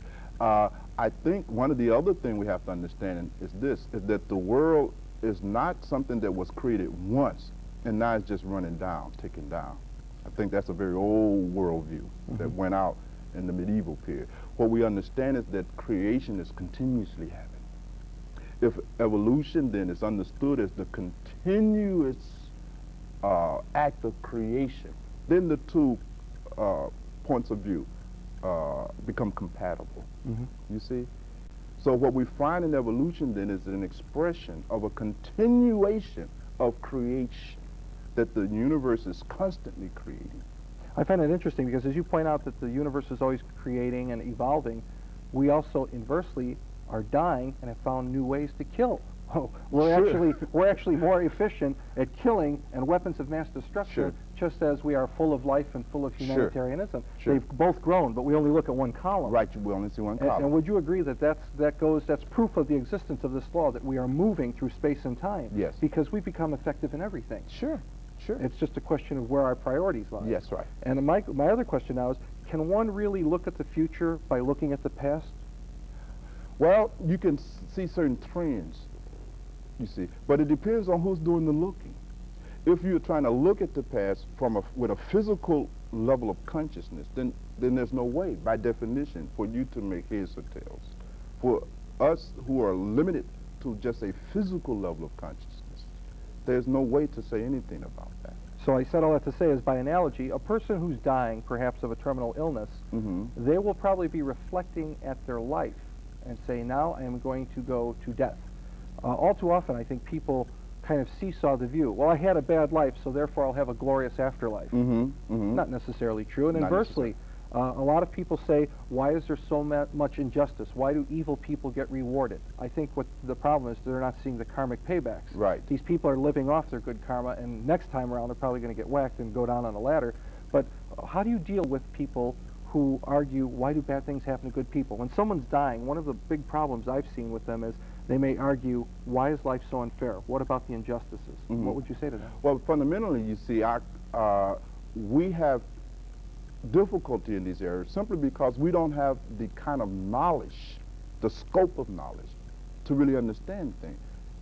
And so we label these things, good, bad, evil, unjust, but we label them out of the context of our own ignorance. We cannot see the big picture, right? And you mentioned a key concept, karma.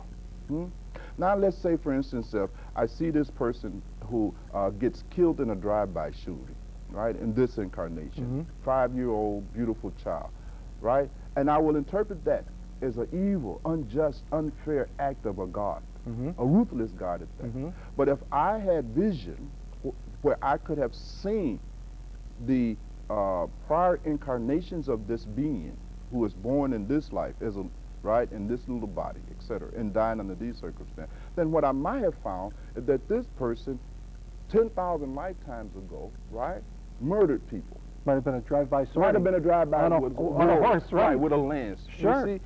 And therefore is undergoing the consequences of those actions in this birth, right? You see. One thing we have to understand, that this universe is built on laws. And one of those laws is that there are cause and effect, consequences. It's been said 100 times by everyone who you could imagine, from Confucius to Jesus Christ, what you do comes back to you. What you sow, you shall reap is another way of expressing this law of karma. Now, this problem is this sowing and reaping is not confined to the narrowness of a single lifetime. The universe has infinity of time to work out this law, you see. So we cannot measure this law within the narrow consideration of 70, 80 years on this plane, right? So it is because we cannot see the whole picture then that it looks, evil and unjust. Now, there's been other people, of course, Weiler, who had the problem with the fact that if God is good, by definition, then how can evil exist? Right? So either evil is an optical illusion in consciousness, right? Or God is not good.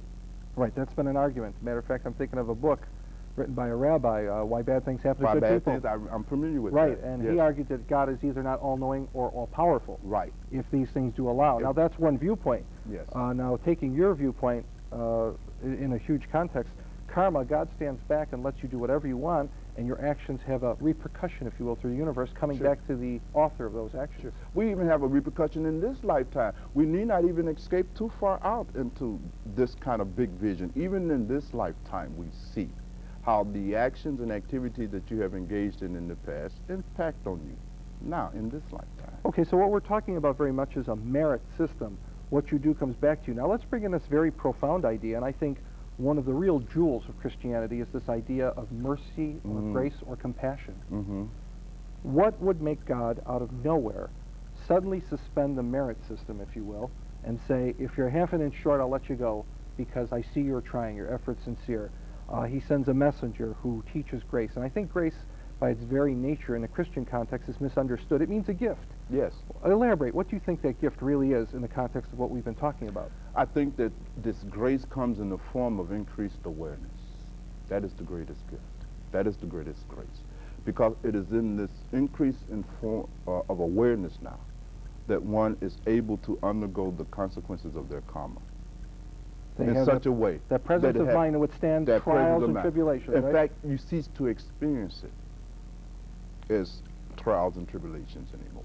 And that's where they become proactive and a real self emerges through that. That's It's kind of a right. purification, if It you is will. very much a purification process. Because I'm sure anyone who reads the Bible, the Quran, or any religious history will find that all too often the pages are written with lots of blood. A lot of good and holy people are That's right. killed, That's right. and it appears unfair. But what good comes out of it? You say it's a purging, if you will, It is a purification. purging. Sure. Again, it is a movement up the hierarchy of being. You see, it is a actual accelerated dying of a lower thing in a person. It's interesting Thereby liberating a higher perspective. because the more rapid the death, the more rapid the change of consciousness. I'm Sure. thinking of many famous Christian martyrs or Islamic martyrs. They're killed, and their death has an impact on those around them. Sure. There's a quickening in those left behind. Absolutely, because their death killed something in you. With their death, something in you also dies, that also now liberates you. That's the whole concept behind them being sacrifices. That's the whole concept of a sacrifice, isn't it? Right? The sacrifice is for you. There has to be some kind of connection between its death and your birth in order to make it worth even doing. You follow my point? Would you agree then that was a lot of the momentum and energy Christianity had? Sure. You know, when they were all being thrown to the lions, these people stood there and took it, and after a while, Sure. even the Roman citizens who were bloodthirsty said, how do these people keep doing it? How do they get the strength to? That's right. I think that was the initial momentum, which has since been lost in modern times. Sure, and you use a very good example. That brave act released bravery in you and in me and those who witnessed it, right? Their conquest of fear liberated us from our fears, you see, and moved us to a higher level, you see. And so at all times, you see, that is what an act of grace does ultimately. It moves you to a higher level. It gives you a larger perspective. And with that increased vision, now it changes the whole quality of your life. Now, giving everyone their dues, we have to go, of course, over to Buddhism. Yes. During the Vietnamese War, a lot of monks were setting themselves on fire in protest to this nonsense of, political fighting. What did that release in us when we see a Buddhist monk who ignites himself on fire? First of all, it makes us reflect on it. Sure. Right? I think it was Life or Time magazine. They thought enough of having that famous picture. That's right. What does it mean to it? What is he doing? He's protesting what? What he's doing, he's making a statement about his injustice and things of that nature, isn't he? Right? The aggression against other sentient beings. Aggression against other sentient beings. And he is modeling and demonstrating the Bodhisattva vow, right? And these men and women, of course, who did that were Bodhisattvas, right? And the Bodhisattva whole mission is what? It is to do anything and everything necessary to bring other sentient beings into higher states of consciousness, isn't it? Even in Christianity, we find one of the statements that Jesus used to describe this same kind of Bodhisattva mindset when he says that no man hath greater love for his brother than to give up his life. You see? That is the outermost limit of the demonstration of the creed of the Bodhisattva. And when somebody has given up their life for you, right, it tends to really increase your own perception of your value of that life. My God, you mean my life is so valuable somebody would die for me? It causes you to have a whole different relationship with your life. It moves you to a whole nother level of reflection. Now, you might have been thinking all along that, well, my life is worthless, right? But when somebody is willing to lay down their life for your life, it takes it into a whole nother level, right? Jesus, again, one of his brilliance was that he understood this. Jesus was one of the few mystics in the history of mystics coming into this world who developed the incredible skill to transmit the experience of being loved. Essentially, this is also the feeling that comes from the grace of God. When we talk about you receive the grace of God, what we really essentially are talking about, Weiler, is that you have had a mystical experience of God's love for you. A realization, right. And that brings you into a whole nother world. And Jesus was able to transmit the same experience. I mean, therein lies his brilliance. Sure, because up until that point, it was the merit system. Sins, good deeds. Sure. And most of us figure out at a very young age we've done more bad than good. Jesus understood that how do you get a person to live a really righteous, religious, love-filled life? You have to give them the experience of being loved. You cannot produce that kind of compassion in a human being just through rules, regulation, dogma, and doctrines. It doesn't work. It cannot be induced from the outside. Jesus understood that. So what do? You give the experience of a person being loved. And this experience impacts you in such a way, it forces you now to be more loving because you have been loved. You see the difference? And that was his incredible genius, unique in the history of mystics. Buddha, of course, had his own brilliance. Don't misunderstand me. Well, they came for time and circumstance. Time and circumstance. Yeah, each area needed a particular medicine. That's right. And that was the unique thing about the phenomena called Jesus. He created a system whereby he could really transmit the experience of being loved to human beings, in spite of their imperfections, shortcomings, and fault, and enhancing their whole sense of worth and value that now changed the whole way they behave. Remember, our behavior proceeds out of the image we have of ourselves. And when you've been loved like that, your whole image of yourself shifts, right? And therefore your behavior. You see, that was the whole point in Jesus watching the disciples' feet. You see, very brilliant. And the unfortunate thing about Christianity is that when it was co-opted, diluted, and made over by Emperor Constantine, right? When all of even the Gospels that pointed to this kind of science that Jesus taught was eliminated from canon, right? Was not included in it, then it lost that flavor. Well, yeah, and of course your Christian scholars would point out that there was a lot of heretics who taught Gnosticism, which were your ancient mystery religions of the circum-Mediterranean. And what happened is they tried very hard to cleave any traces of any other thought system. Now that brings me right to my next problem I have. Now we have all of these religious ideas. We live in an age of freedom of information. On the internet we could learn about everything in a matter of a couple days. What does one do when they are faced with this plethora of all of these religious ideas? What does one do, and how does one handle the cognitive dissonance that's created when there's all of this information? What do I do? Should I be a Buddhist, a Hindu, a Muslim, a Christian, a Jew? Yes. What would you say to them? I say be none of those things. None of the above. None of the above. None of the above. Do not remain content with the level of religion. Do not select between dogmas and doctrines.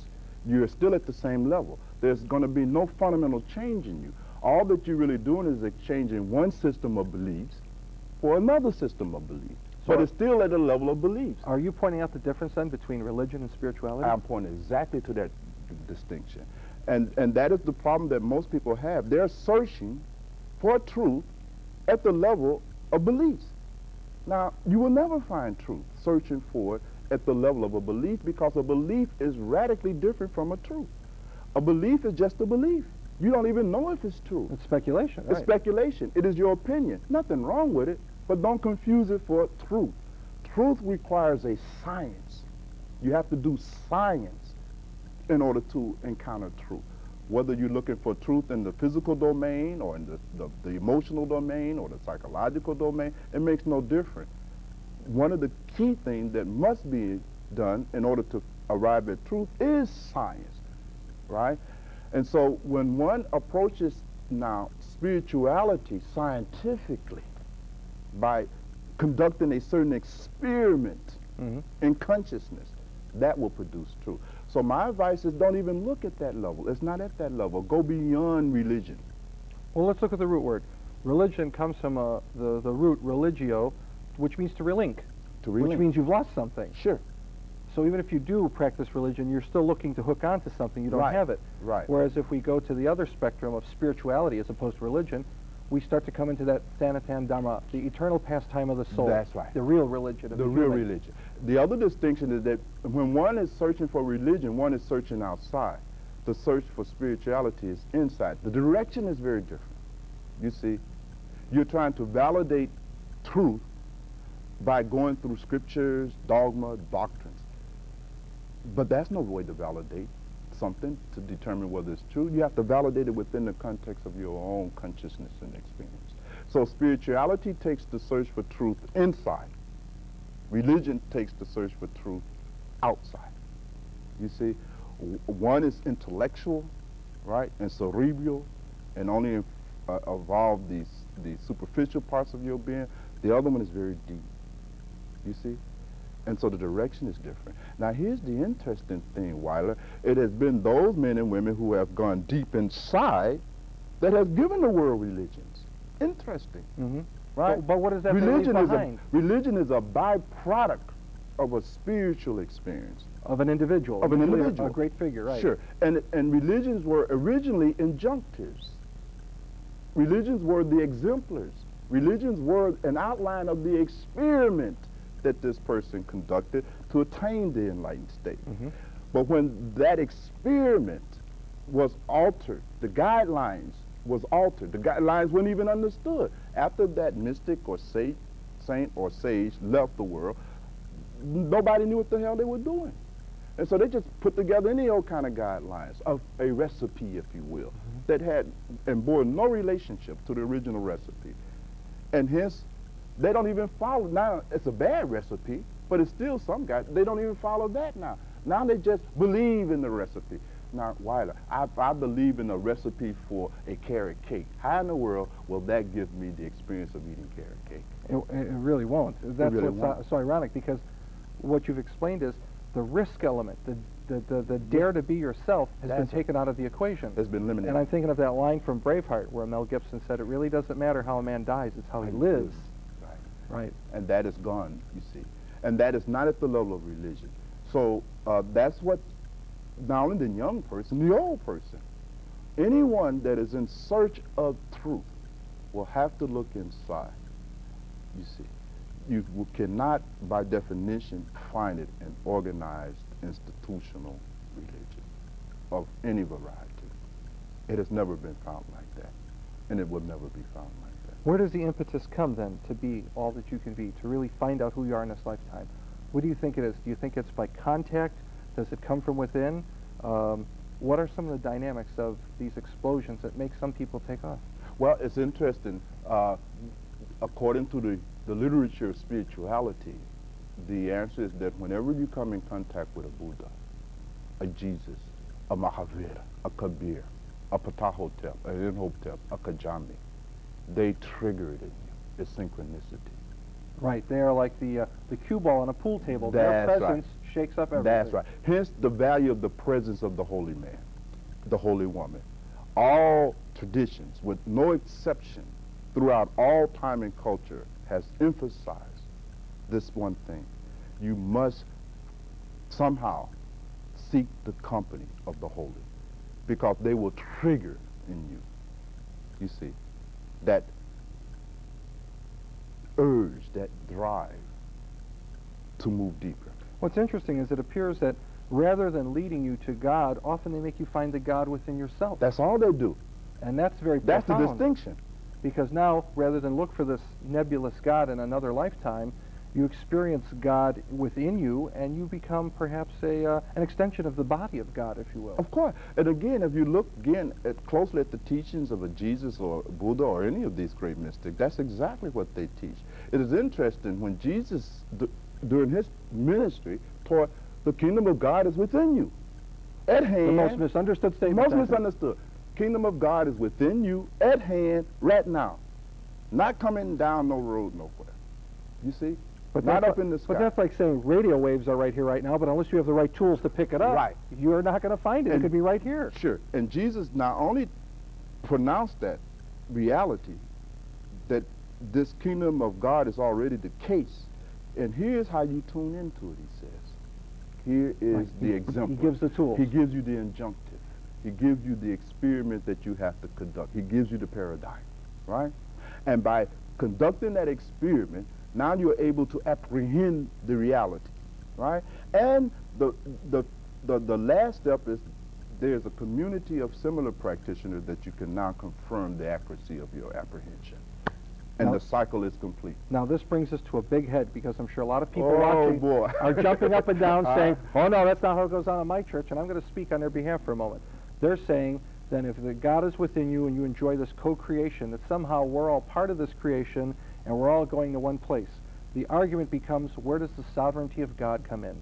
Where does the finality of karma and God's judgment go with all the slack and grace he's given us to be co-creators with him? Yes.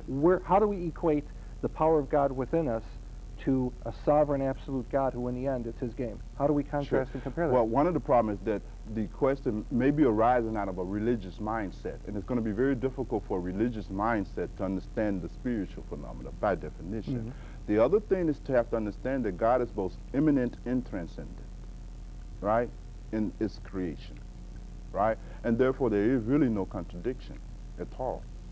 One of the things, Weiler, we have to understand is that this God that we talk so much about is always the case, and we have never been separated. God is not some state that is experienced somewhere in the future over a period of time. It is already the case.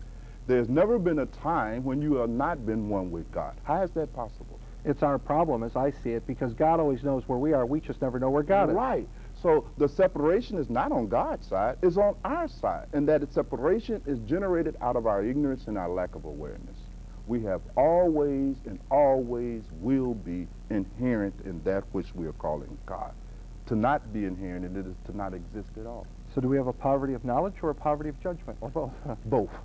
Because the poverty of judgment comes out of the poverty of knowledge. And our greatest poverty is a poverty of awareness.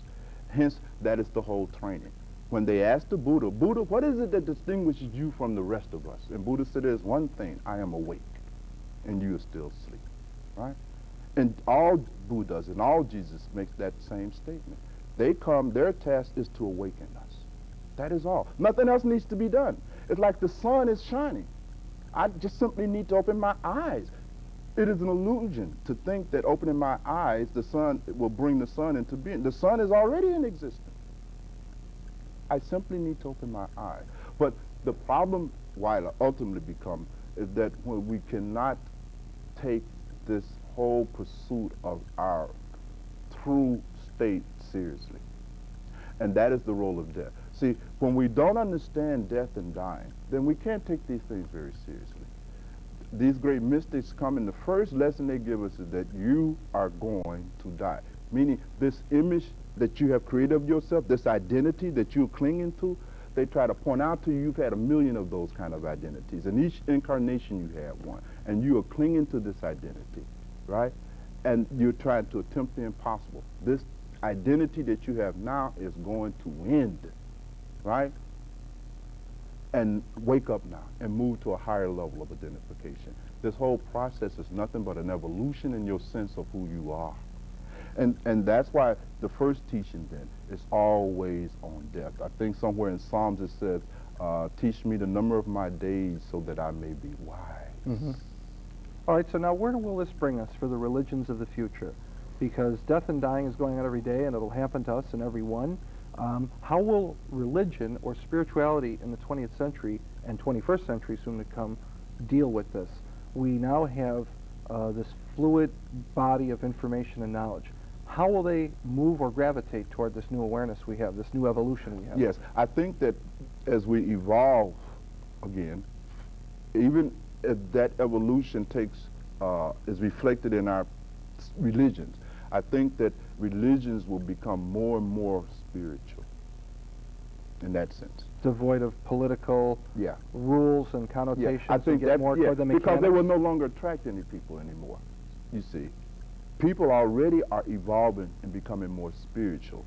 One of the things religions have done in the past, they did give instructions on how to die. I'm thinking of the Egyptian Book of the Dead, the Tibetan Book of the Dead. There they tell you how to get ready to die and change bodies. Right. Do you think that that will come back, that there will be more... I'm always fascinated how they give Lamaze class and childbirth class. Why don't they give a dying class on how to die? That's the point I made at the top of the discussion. No one teaches us how to die. But I think as we continually evolve, what you will find is that there will become a whole different set of organizations and institutions that will completely replace organized religion. Organized religion will go the way of the horse-driven cart. But is that throwing the baby out with the bathwater? We can still have this spiritual awareness and connection or God consciousness, but we'll leave the organized religion behind. Yeah. In the 3 or 4 minutes we have left. Okay. I'm going to make you come to the point.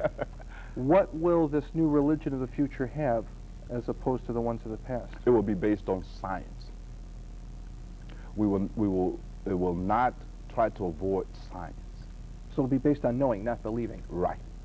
And we'll have procedures and steps. You have procedures. We can predict with substantial certainty. Sure, and that is verifiable, right, and can be reproduced by any other human being that does the experiment. What will happen to the cultural imperialism you spoke of earlier? When Christianity came to Europe, it became almost a virus, a mania, a reason for justifying all the other atrocious actions. Yes. A lot of bad things are done in the name of religion, not only Christianity, but every religion. Sure, that's right. Except for Buddhism. I haven't found a war fought in the name of Buddhism yet. That's right. But what will happen then?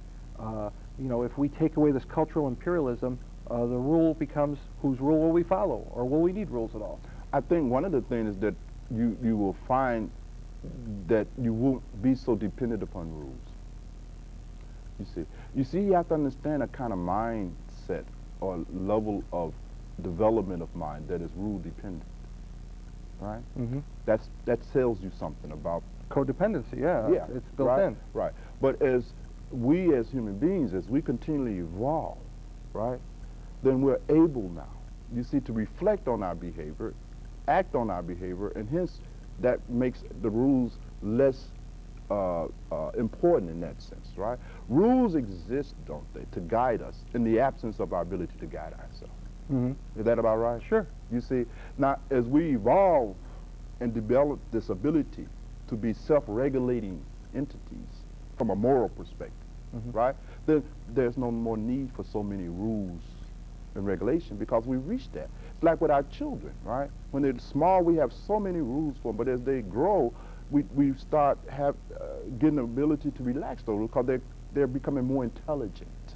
Would you agree that then, an overview, the history of the religions of humans, back in the prehistoric times, they often prayed for sustenance, food, give me shelter. Right. Now we've come all the way to this religion of help me to be enlightened and share the light with others. Right. You see how we've come from a very basic bodily need to a very altruistic That's one. right. Our prayers reflected that. With speculation, what's beyond the altruistic sense we have now? What's beyond that? It's hard to put that into words. I think it will be enough if we can reach this level of compassion and things of that nature. I think beyond that, it will be for a kind of merging to make me one with thee. You see? And there'll be a blending, if you will, of consciousness. And what will the human race do when they are all compassionate? What new purpose will they find? It's fascinating. Oh, there'll be more purposes, huh? Next show, huh? Yeah, I guess so. So a person's dying somewhere. They have certain death upon them, a terminal illness. What would you tell them in the 2 minutes we have? What should they think about? Well, I think they should, there's not going to be much they can do now. You see what I'm saying? Clearly. To be quite honest about it. But how much is lost? But the thing they should do is to release any clinging to anything. To now let go of as much of this life as possible, it will make their dying much easier. And what will they, by letting go, what can they look for by releasing? What will they gravitate They'll have a toward? little bit more peace as they go through these transitions, through these death battles. You see, they'll have more clarity.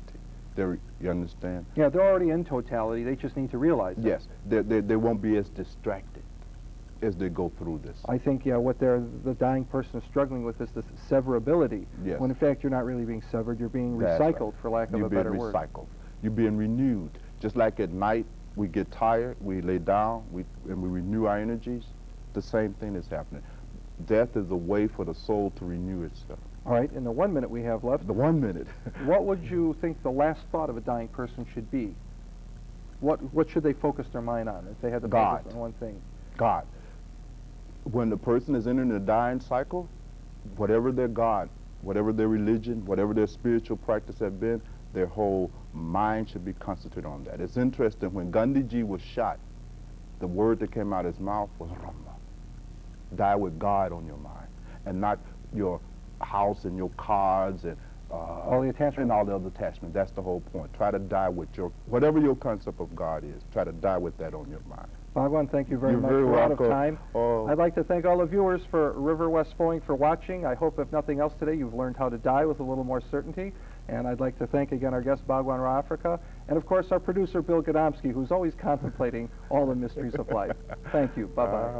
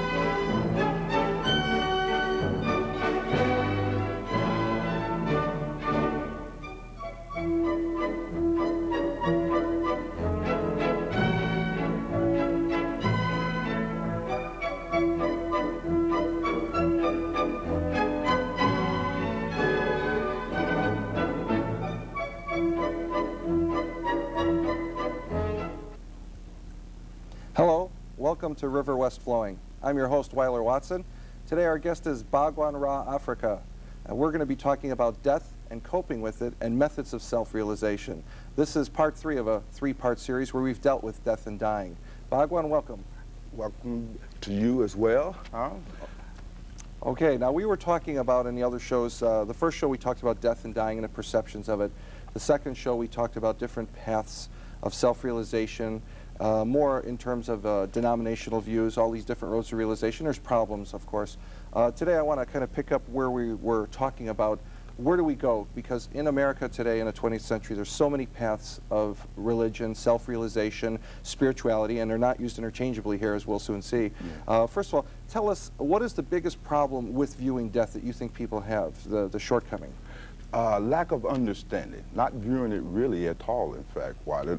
The problem that most people have in relationship to something as inescapable and inevitable as death is that they go into denial, you see, and failing to understand death and its relationship to living, then they deprive themselves of not only the benefits of that insight, but moreover, they make their lives even more fearful and more painful as it relates to death than it need to be. Nor do they develop skills at managing loss, because death in some sense is occurring continuously in the form of loss. Would you say this sets the stage for the gross ignorance we have? Because typically Eastern religions view material world and the whole process of life as suffering or illusion. Islam, Judaism, and Christianity view it as sinful. In other words, you don't have perfect knowledge of God or self-realization. So in either case, what we have is we're not on the right track initially, or we're not in a very good position. So what do we do to get out of this hole we're in spiritually? Well, of course, there's much that has to be done. But of course, the first thing is to come out of denial that we are in this spiritual dilemma, that we are in a crisis. And to stop deceiving ourselves as our primary means of giving ourselves some relief from our sorrows and suffering. And most often, Weiler, what we do, we either medicate ourselves, right, or anesthetize ourselves, or distract ourselves with activities in order to give us some temporary relief from our failure to be able to successfully and effectively negotiate this aspect of reality. So